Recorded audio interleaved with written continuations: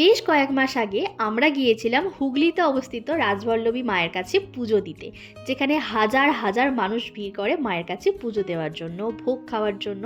তো চলো আজ তোমাদের সাথে সবটাই শেয়ার করি। নমস্কার সবাইকে, আমি হলাম শ্রেয়া। আমাদের চ্যানেলে তোমাদের আরও একবার স্বাগত।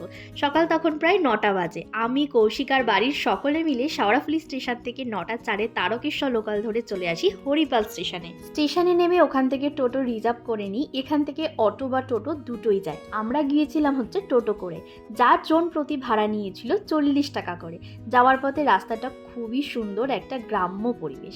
রাজবল্লভী দেবীর নাম অনুসারেই এই জায়গাটির নাম হচ্ছে রাজবলহাট।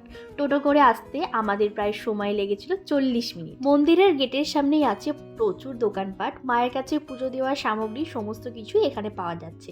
আমরা এখান থেকে মায়ের জন্য পুজো নিয়ে নিই, আর তার সাথে নিয়েছিলাম হচ্ছে একটা বড় মালা। রাজবল্লভী মা শ্বেতকালী হিসেবেও কিন্তু পরিচিত। আমরা মন্দিরের ভেতরে প্রবেশ করে সবার আগে মাকে দর্শন করে নিই। তারপর মায়ের কাছে মন ভরে পুজো দিই। আর আমরা যে ফুলের মালাটি নিয়েছিলাম সেটা ঠাকুরমশাই কিন্তু মাকে পরিয়ে দেয়। এই মন্দিরের ব্যাপারে আগেও শুনেছি, কিন্তু না আসলে জানতেই পারতাম না যে এতটা সুন্দর। এখানে কিন্তু ভোগ খাওয়ারও ব্যবস্থা আছে, যার জন্য টিকিট কাটতে হয় মাথা পিছু 40 টাকা করে। দুপুর 1টা 1:30 থেকে ভোগ বিতরণ শুরু হয়। এখন যেহেতু 11টা বাজে, তাই আমরা ভোগ খাওয়ার জন্য অপেক্ষা না করে মন্দিরের পাশে একটা মিষ্টির দোকান থেকে কচুরি, তরকারি আর মিষ্টি দই খেয়েছিলাম।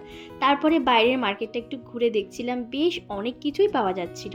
তারপরে আমরা ওখান থেকে আরও একটা জায়গায় চলে আসি, যেটা আসছে পরের পার্টে।